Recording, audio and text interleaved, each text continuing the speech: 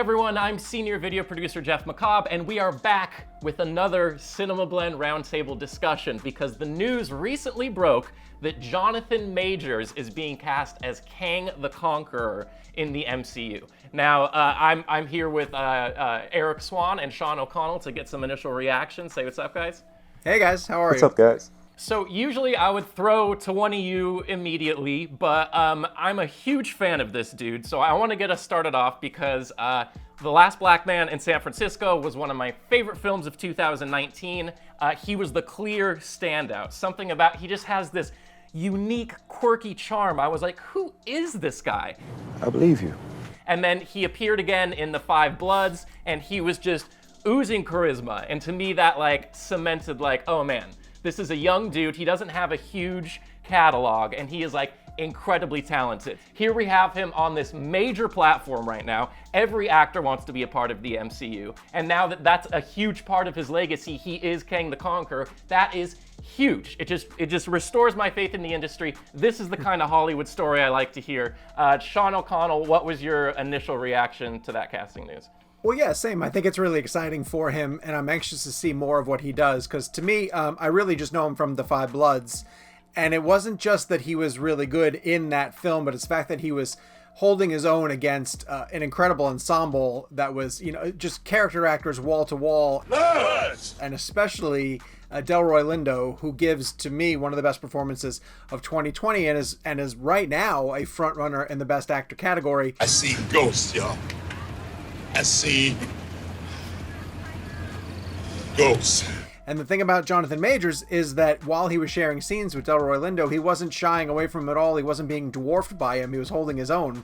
So yeah. I'm excited to see what he's going to do. And now I know that he's holding court in Lovecraft Country over on HBO, but I haven't yet got a chance to start watching that. So I'm even more excited to see what he's doing over there. And I think it's a great choice for Kang the Conqueror, who could be a really massive character as the MCU moves forward. It's our family story. Yeah, and to that point, I mean, one of the big standout scenes in The Five Bloods that people keep talking about is when they spring him from the mine. Oh, you know, yes. And that amazing scene between him and Delroy, like, you know, it's that bond was just, oh, I'm getting goosebumps talking about it. It's just, he's incredibly impressive. Erik Swann, what was your first reaction to this casting news? I mean, I just love this casting. I mean, Marvel Studios, over the past 10 years or so, they've proven to have this very unique way of just, they know when to catch people when they're right on the verge of really just blowing up. Recent examples for me are like, you know, Letitia Wright or Winston Duke. I will feed you to my children. Both from Black Panther. They had both appeared in things before that, but I mean, Marvel saw something and they're like, okay, these guys are going to blow up and we want to be the ones to lift them to that next level. And now look at them. I mean, they're staples in television and movies now. So, I mean, it's such a great casting. Marvel never really goes for the obvious choice, but it's always the right choice if it makes sense. You know, they'll announce something and then you'll be like, you know, I wouldn't have thought of that person, but that actually makes a lot of sense. I mean, Jonathan Majors has just proven that he's such a gifted actor. He has the gravitas, I think. He has the range. We don't know yet exactly how Marvel Studios wants to approach Kang in the MCU, so it may not look exactly the same, you know, what we're thinking Kang will be. But I think whatever it is, it'll fit Jonathan Majors. I'm really excited about this, guys. This is great. You know, when you see a guy like Majors in these indie flicks, and he's got this quirky, weird charisma about him. Great news is you're all doing marvelous work. He's got a unique quality to him, and you're wondering if the industry at large is going to take notice. And then when they do in this capacity, it's just so rewarding to be here at the beginning of watching his career skyrocket. Like you said, like Letitia Wright's like a great example. The way that they can give these people a platform to launch them into superstardom is, I just can't wait to see what they do with it. Sean, tell me a little bit about, as given that, you know, we can see the Avengers Infinity War and Endgame posters behind you. Sean is something of a comic book geek, but I'm not really familiar with Kang the Conqueror as a character. So what is Kang like, and what do you expect to see from him in the MCU? Well, that's a challenge because he's had a couple of different interpretations in his history in the comics, and so there are a bunch of different ways that they can go with him. Essentially, he has the strongest ability that he has is to time travel. And he's had different interpretations that have either been from the far distant future, or he's used time travel to go all the way back into the past in order to conquer our planet at different times when he was using technology that was either way too advanced for him, or he had the technology that made him even stronger than the people around him. I find it really interesting that they're using Kang the Conqueror as part of a third Ant-Man, which would be an unusual place to bring him in, because he has the potential to be a Thanos level threat. Your politics bore me. We talk a lot about like who is going to become the new big bad in the MCU after Thanos, and because Marvel acquired the Fox properties and the characters that are part of that universe, I immediately jumped to Doctor Doom, which is why I'm wearing my Fantastic Four t-shirt, and Doom would be an obvious choice for someone to be an overarching big bad. Kang could be that, and I guess the reason why they're bringing him in through Ant-Man 3, I think, speculation, is just because of the use of the quantum realm in that storyline, and how the Avengers used the quantum realm to time travel in Avengers Endgame to grab the Infinity Stones and reset a lot of stuff that had been done. I think through that way, they're going to be able to say that using time travel maybe awakened Kang the Conqueror, who's been able to sort of master time travel.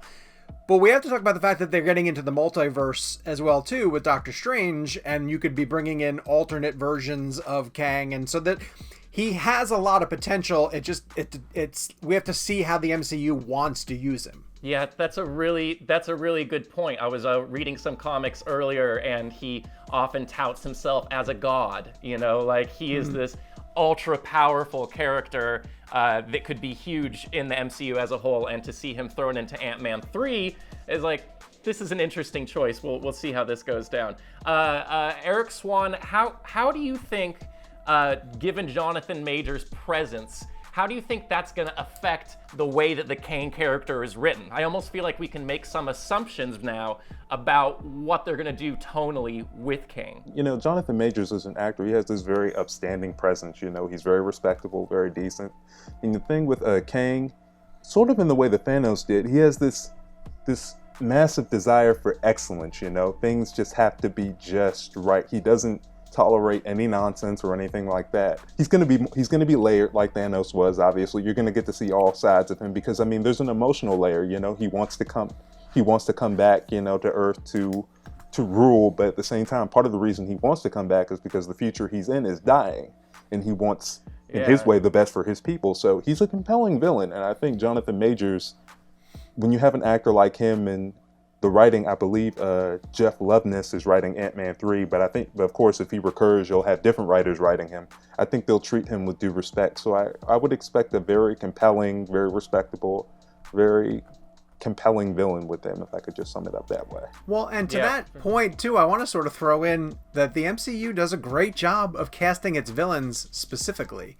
I mean, if you look at actors like Daniel Bruhl, who ended up being the villain in Civil War. Obviously, Michael B. Jordan in Black Panther, some say, stole scenes away from Chadwick Boseman, and was such a compelling villain that had a really sympathetic backstory to him when we found out who it was. My pop said Wakanda was the most beautiful thing you ever seen. He promised he was going to show it to me one day. You believe that? To have Brolin, you know, act through the CGI that was required, or the motion capture that was required for Thanos. Obviously, even people like Michael Keaton in Spider-Man Homecoming and his scene outside of the dance is one of the most terrifying and intimidating scenes. Good old Spider-Man. So Marvel treats... they pay a lot of attention to who they're casting in their villain roles, and bringing in someone like Jonathan Majors to play Kang just to me raises the bar in terms of the people that they're getting. So do we think that Swann mentioned, you know, if he becomes a major recurring character, do we think that's what Marvel is setting up right now? I think so, because Kang in the comics quite often clashes with either the Avengers as a team, although we don't have an Avengers team movie to be looking forward to right now, or, again, the shirt, the Fantastic Four. And so if you're bringing in Kang, with all due respect to the Ant-Man franchise, I don't think you bring in Kang to use him as a villain in a third Ant-Man movie. I think you bring him in to set him up for something much larger, and if they can figure out some way to introduce... Now, we don't know how the MCU wants to introduce the Fantastic Four, and there have been a ton of different theories about how they're going to get introduced, and it could be the multiverse, and they could be heroes from another version of Earth.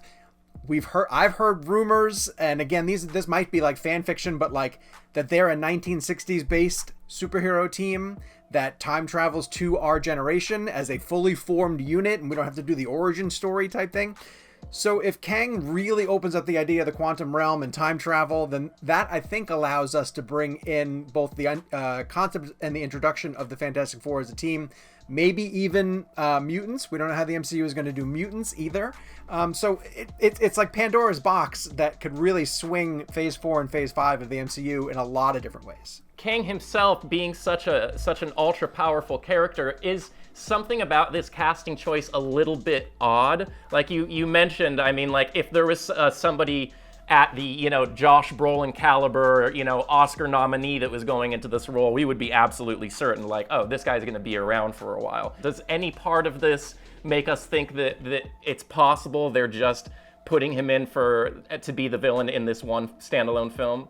I would be very surprised if he would only appear in Ant-Man 3, because and actually just hearing Sean talk about it, this could very well be the case of like a Thanos' role in the first Guardians of the Galaxy movie, or maybe a little bit more. He's he's behind the scenes right now, and maybe there's another immediate threat that Scott Lang and Hope Van Dyne are dealing with. But I mean, I just can't see them casting a Kang for one single movie, let alone an Ant-Man movie at that. I think that what Marvel did with this movie is they want to get Jonathan Majors, they want to lock him up for several years, so they'll have him for several years, and then they can keep him in the fold. And I just, with that, he can further develop the character and grow in the role. So I think that's why I'm looking at it. I'm going to almost make a comparison to the way that they brought Sebastian Stan in. And he was, a decent part of First Avenger, but they knew long term like what they were going to be using him for. And it was a joke kind of at the time when they were like, he's got a 7-picture deal. And you're like, that dude's got a 7-picture deal. They knew They knew what he was going to become. And so we're in the very early stages of the casting of Jonathan Majors in this, and I would not be surprised, like Eric says, if Marvel has a long-term plan in place for him. As a fan of the comics, what would you like to see from Kang in the MCU moving forward? I would love to see them use him, honestly. I'd love to see them use him as a way to introduce the Fantastic Four, because I do really feel like we're in a difficult situation. The MCU has their backs a little bit up against the wall in terms of figuring out how to introduce a team that, through no fault of their own, we've seen on screen multiple times, just not done the proper way. And I want them to get their MCU treatment, and I think the introduction of a villain who has mastered time travel can come up with a really creative way to bring in a fully formed version of the Fantastic Four in a way that makes sense with the type of storytelling that we have seen so far.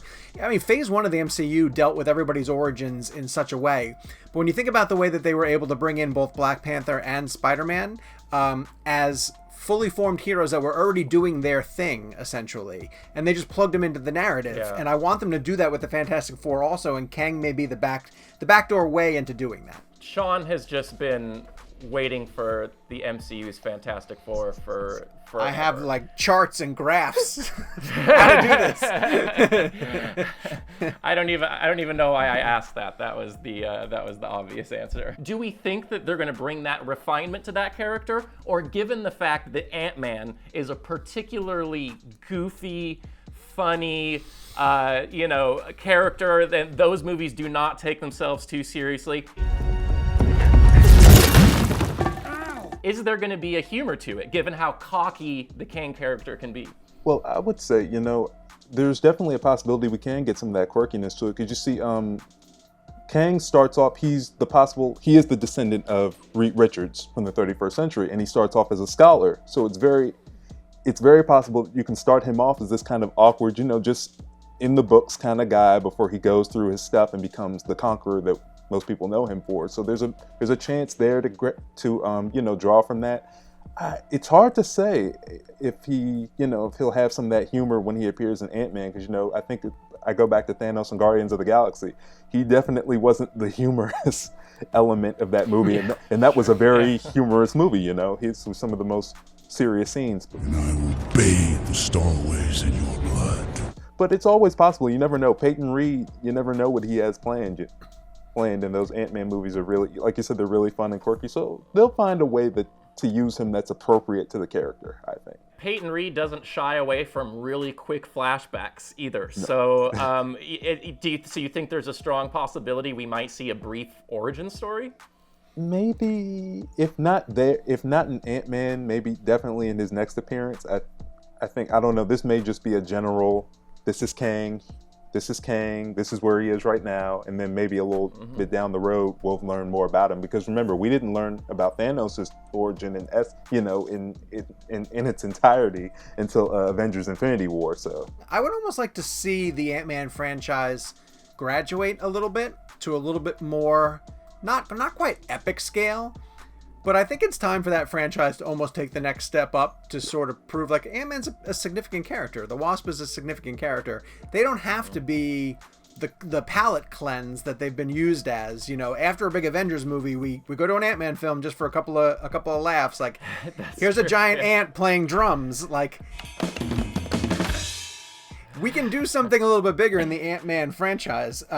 The one thing I want to bring up about Jonathan Majors playing Kang, though, is that Kang is a largely green and purple alien character. And I don't want him to get buried in, some type of mask or some type of costume that really hides who he is. And part of the reason why I don't think that that's going to happen is how well Ben Mendelsohn shined through in Captain Marvel by playing Talos. Was that so difficult to figure out? I mean, you're my science guy. And was still as charming as Ben Mendelsohn is able to be. And so I can't wait to see what Jonathan Majors brings to that role. But I am sort of borderline curious to see what type of makeup, mask, or costuming they're going to be using to bring Kang the Conqueror to life on screen. Well, the first to that point, the first thing that I thought of was Daniel Bruhl as Baron Zemo. Right.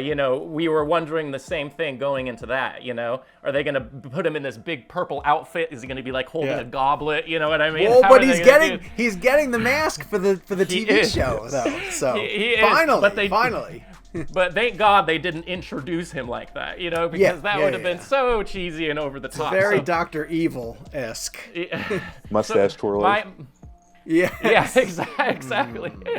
If I could just add, I mean, there's always the possibility we could see him before Ant-Man 3. Because remember, if the teaser was anything to go by, it looks like Loki could have some ties to, time travel. We saw him with that little jumpsuit on TVA, the Time Variance Authority, and Kang does have some serious connections to that. Now, that would be a great way to introduce him.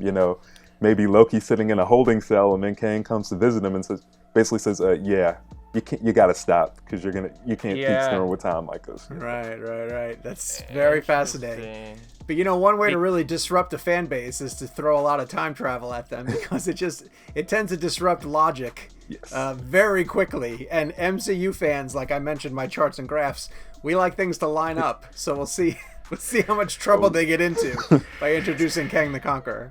Well, this announcement was just recently made. We know next to nothing about it, really. All we know is about Kang himself and about Jonathan Majors as an actor. So I'm just going to get some closing thoughts. We'll go to Erik Swann. I just want to say this is really exciting. I mean, I can't wait to see what he does with this character. I can't wait to see what Marvel Studios wants to do with Kang in the MCU. He's such a great character, and he has the potential to really to be one of the most compelling characters they've ever introduced. And I'll be honest, I think it's somewhat poetic that, the smallest heroes in the MCU get to serve as the entry point for one of the biggest villains to come into this franchise. So I'm really excited. Sean, do you have any closing thoughts? Yeah, it's just exciting to have new Marvel news to speak of. For this reason, Phase 4 and Phase 5, as much as we do know about them, are a huge mystery. Like, we don't really know what direction we're going in. A lot of these projects seem disconnected. There's huge things like the Eternals and Thor Love and Thunder that can really take things in wild new directions.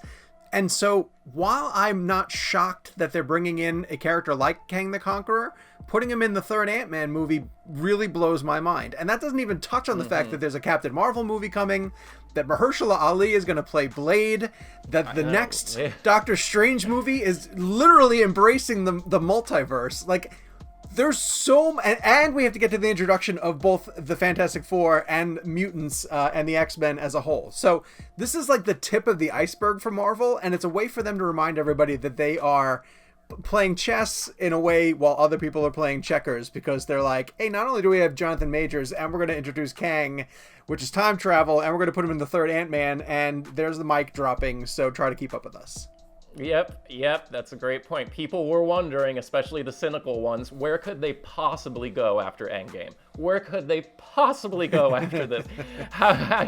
You called it a chess game, and it really is. So we'll see what happens. But what do you guys think? Let us know in the comments below. Are you stoked on the casting of Jonathan Majors? And are you stoked on the idea that Kang is coming into the fold, is coming into the MCU? Let us know what you think. Sean O'Connell, Erik Swann, thank you for being here, guys. Of course. Always a pleasure.